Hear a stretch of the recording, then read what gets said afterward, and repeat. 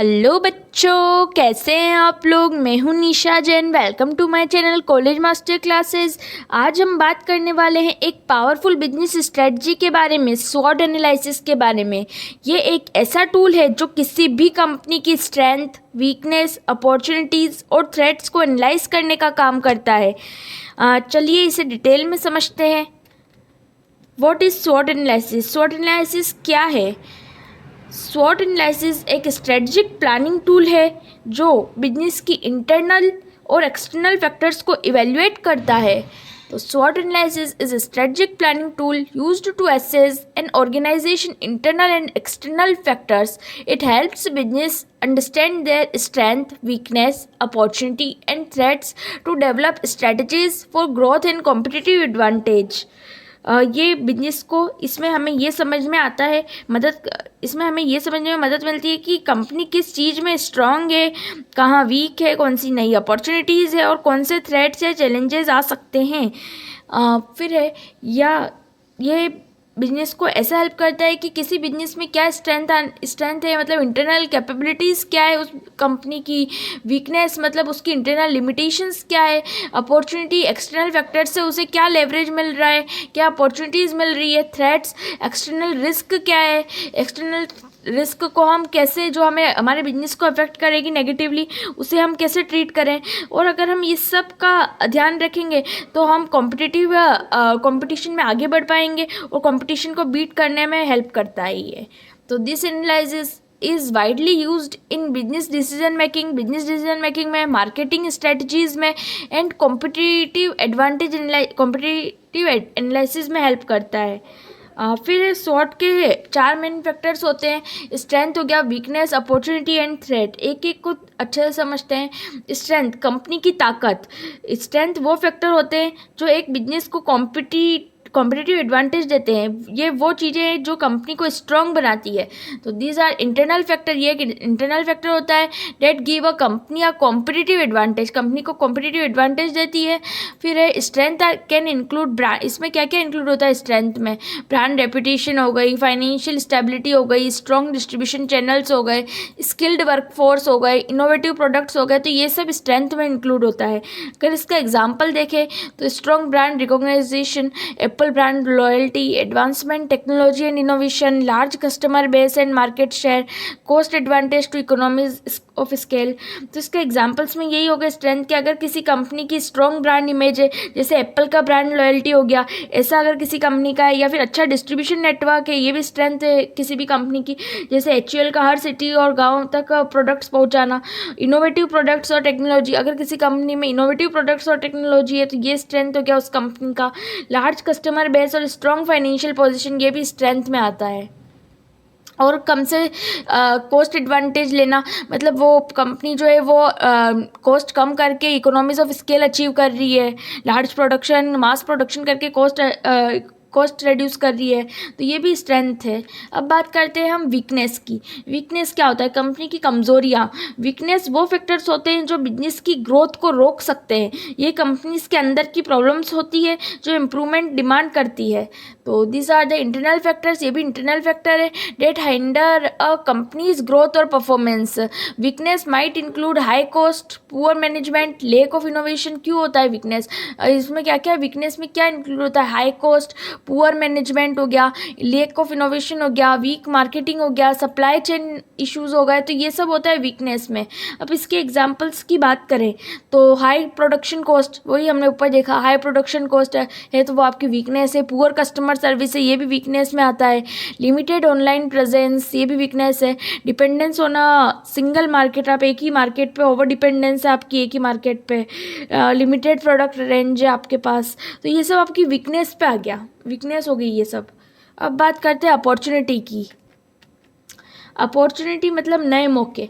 Opportunity वो external factor होते हैं जो कंपनी की ग्रोथ के नए रास्ते खोल सकते हैं। ये मार्केट ट्रेंड्स के या नए बिजनेस एक्सपेंशन के चांसेस होते हैं। तो अपॉर्चुनिटी आर एक्सटर्नल फैक्टर। सबसे पहले तो ये एक्सटर्नल फैक्टर होता है that a business can capitalize on for growth.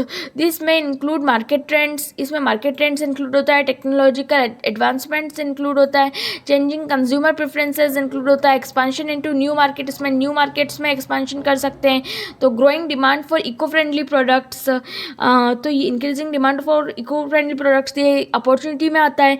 फिर एक्सपांशन इन इमर्जिंग मार्केट्स जैसे इंडिया और अफ्रीका जैसे डेवलपिंग मार्केट में एक्सपांशन करना, या फिर डिजिटल और ई कॉमर्स ग्रोथ का फ़ायदा उठाना, increasing internet penetration for online sales, वही हो गया कि डिजिटल और ई कॉमर्स ग्रोथ का फ़ायदा उठाना, गवर्नमेंट की नई पॉलिसीज़ जो बिजनेस को सपोर्ट करती है, ये सब अपॉर्चुनिटीज़ में आ गए हैं। फिर आती है थ्रेट्स वो बाहरी चैलेंजेस होते हैं। थ्रेट्स वो चीज़ें हैं जो बिजनेस को नुकसान पहुंचा सकती है। ये एक्सटर्नल चैलेंजेस होते हैं जो किसी भी टाइम आ सकते हैं। तो थ्रेट्स आर एक्सटर्नल फैक्टर, ये एक एक्सटर्नल फैक्टर होते हैं। डेटा नेगेटिवली इफेक्ट, ये हमारे बिजनेस को नेगेटिवली इफेक्ट करते हैं।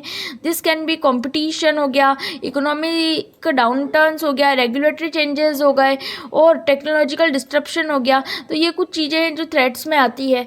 फिर इसका अगर एग्जाम्पल ले तो एग्जाम्पल ये है कि rising competition from new market entrants, market competition जैसे HUL और ITC और पतंजलि से टफ कॉम्पिटिशन मिलता है। Economic recession, reducing consumer spending, economic downturns, अगर रिसेशन आया तो लग्जरी और हाई एंड प्रोडक्ट्स की डिमांड कम हो सकती है। Supply chain disruptions due to geopolitical issues, supply chain disruptions जैसे चीप शॉर्टेज ने मोबाइल कंपनीज को इफ़ेक्ट किया है, तो ऐसे सप्लाई चेन डिस्ट्रप्शंस भी आ जाते हैं। Changes in government regulations affecting business operations, regulatory changes और गवर्नमेंट रेस्ट्रिक्शंस का होना, तो ये सब थ्रेट्स के अंदर में आते हैं। अब हम स्वॉट एनालिसिस के एग्जांपल्स देखेंगे। किसी दो कंपनी के बारे में स्वॉट एनालिसिस करके देखते हैं हमें कितना समझ आता है उससे। तो फर्स्ट मैंने लिया FMCG company HUL, Hindustan Unilever limited का, इसका स्वॉट एनालिसिस करेंगे कि इसमें क्या स्ट्रेंथ है, क्या वीकनेस है, क्या अपॉर्चुनिटी और क्या थ्रेट है। सबसे पहले हम बात करेंगे स्ट्रेंथ की। HUL की स्ट्रेंथ क्या क्या है, तो इसकी स्ट्रेंथ हो गई HUL has strong brand portfolio, strong brand portfolio जैसे सर्फ एक्सेल हो गया, डव हो गया, लक्स जैसे प्रोडक्ट्स इसके पोर्टफोलियो में है। फिर है wide distribution network, it has extensive distribution network making it's product available in urban and rural markets, छोटी से छोटी जगह तक प्रोडक्ट अवेलेबल है HUL के। The company is financially strong and enjoys significant market share, financially strong company है, तो ये इसकी कुछ स्ट्रेंथ हो गया। अब हम वीकनेस की बात करें इसकी, तो ये high dependency on Indian market, HUL is highly dependent on the Indian market पे इसकी ओवर डिपेंडेंसी है, लिमिटिंग इट्स ग्लोबल रीच, ये ग्लोबली रीच नहीं करता, इंडियन मार्केट में ही करता है। The FMCG industry is a price sensitive, making it difficult to maintain high profit margin, price sensitive industry है तो प्रॉफिट मार्जिन्स पर इम्पैक्ट पड़ता है। फिर है प्रीमियम प्रोडक्ट्स कैटेगरी में स्ट्रॉन्ग प्रेजेंस नहीं है, the company has a weaker presence in the premium product segment compare to global competitors, तो ये इसकी कुछ वीकनेस हो गई। अब है इसकी अपॉर्चुनिटीज़ क्या क्या है। नेचुरल और ऑर्गेनिक प्रोडक्ट्स का डिमांड बढ़ रही है, there is a growing demand for natural and organic product which can HUL capitalize on. फिर सेकेंड है रूरल मार्केट में ग्रोथ का स्कोप है, rural markets are expanding offering new growth opportunities. फिर है ऑनलाइन शॉपिंग और ई कॉमर्स का यूज़ बढ़ रहा है, तो the rise of e commerce and digital platform can boost sales, इससे HUL की सेल्स बढ़ रही है। फिर अब देखेंगे इसमें थ्रेट्स क्या क्या है, इसमें नुकसान क्या क्या है। Tough competition, ITC, Patanjali, Nestle जैसे कॉम्पिटिटर्स है इसमें। HUL faces strong competition from ITC, Patanjali, Nestle. Raw material cost बढ़ने से प्रॉफिट मार्जिन इम्पैक्ट हो सकता है, तो rising raw material cost can impact profit margins. Government regulations and policy changes में affect the FMCG industry, government की new policies business को affect कर सकती है, नई नई पॉलिसीज़ और रेगुलेशंस, तो ये कुछ थ्रेट्स हो गए। तो हमने HUL का स्वॉट एनालिसिस किया, इसमें क्या स्ट्रेंथ, वीकनेस, थ्रेट, अपॉर्चुनिटी थे। अब हम करेंगे एक मोबाइल कंपनी जैसे कि एप्पल का स्वॉट एनालिसिस। तो अब बात करते हैं कि एप्पल की स्वॉट एनालिसिस में स्ट्रेंथ देखते हैं, इसमें क्या क्या स्ट्रेंथ है। तो Apple has a strong brand loyalty making it difficult for customers to switch to another brand, तो strong brand loyalty, Apple user दूसरे ब्रांड पर इजीली शिफ्ट नहीं हो सकता है। फिर the company is known for its high quality and innovative products, high quality और innovative products products के लिए जाना जाता है। फिर Apple has a strong ecosystem with interconnected devices like iPhone, MacBook, I cloud and Apple watch.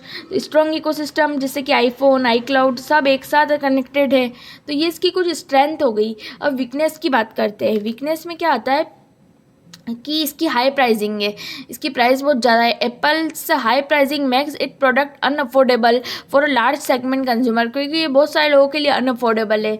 Second है limited product range, ज़्यादातर revenue सिर्फ आईफोन से आता है, तो the product is highly dependent on iPhone. तो इनका जो ये है कंपनी वो हाईली डिपेंडेंट है आईफोन के लिए ही जानी जाती है, एक ही सेगमेंट पर इनका फोकस है, तो इनकी वीकनेस हो गई। Which generates most of its revenue, इनका ज़्यादातर रिवेन्यू आईफोन से ही आता है सेल करने से। Apple relies on third-party manufacturers like Foxconn for production, increasing supply chain risk। Manufacturing के लिए थर्ड पार्टी सप्लायर्स पर डिपेंडेंट है, जैसे फॉक्सकॉन जैसे सप्लायर्स पर। तो ये एप्पल की वीकनेस में आ गया है। अब है अपॉर्चुनिटीज़ में क्या क्या आता है। The emerging market like India and Africa provide expansion and opportunities. Emerging market जैसे इंडिया और अफ्रीका में ग्रोथ का स्कोप है एप्पल के लिए।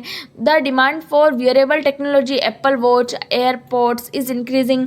वियरेबल डिवाइसेस जैसे एप्पल वॉच और एयरपोर्ट्स का डिमांड बढ़ रहा है। Apple service segment, I cloud, Apple music, Apple store, app store is growing rapidly. Apple के सर्विस सेगमेंट जैसे आई क्लाउड हो गया या एप्पल म्यूज़िक हो गया, इससे रिवेन्यू बढ़ सकता है।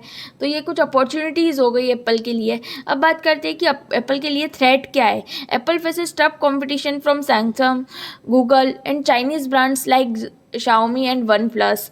तो टफ़ कंपटीशन है सैमसंग से, गूगल और शाओमी जैसे ब्रांड्स से, जो इसको टफ़ कंपटीशन दे सकता है एप्पल को। तो ये एक चैलेंज है एप्पल के लिए, तो ये थ्रेट में आ गया। फिर global economic slowdown could reduce demand for a premium product. Global economic slowdown आ जाए तो इससे सेल्स पे इम्पैक्ट हो सकता है।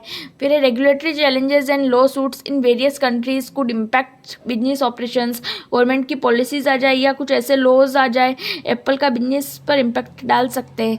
तो ये हो गए एप्पल का स्वॉट एनालिसिस जो हमने देखा। तो दोस्तों स्वॉट एनालिसिस एक पावरफुल टूल है जो किसी भी बिजनेस की करंट पोजीशन समझने और फ्यूचर स्ट्रेटजी बनाने में हेल्प करता है। अगर कंपनी के लिए ज़रूरी है तो वो अपनी स्ट्रेंथ का फ़ायदा उठाए, वीकनेस को इम्प्रूव करे और नए अपॉर्चुनिटीज़ ग्रैब करे और थ्रेट्स के लिए प्लान बनाए कि हम कैसे कम कर सकें। आपको इस स्वॉट एनालिसिस का कंसेप्ट कैसा लगा कमेंट में ज़रूर बताएं। तो इसी के साथ हम इस वीडियो को एंड करते हैं। अगर आपको अच्छा लगा हो तो लाइक करें, शेयर करें, हमारे चैनल को सब्सक्राइब करें। Thank you guys.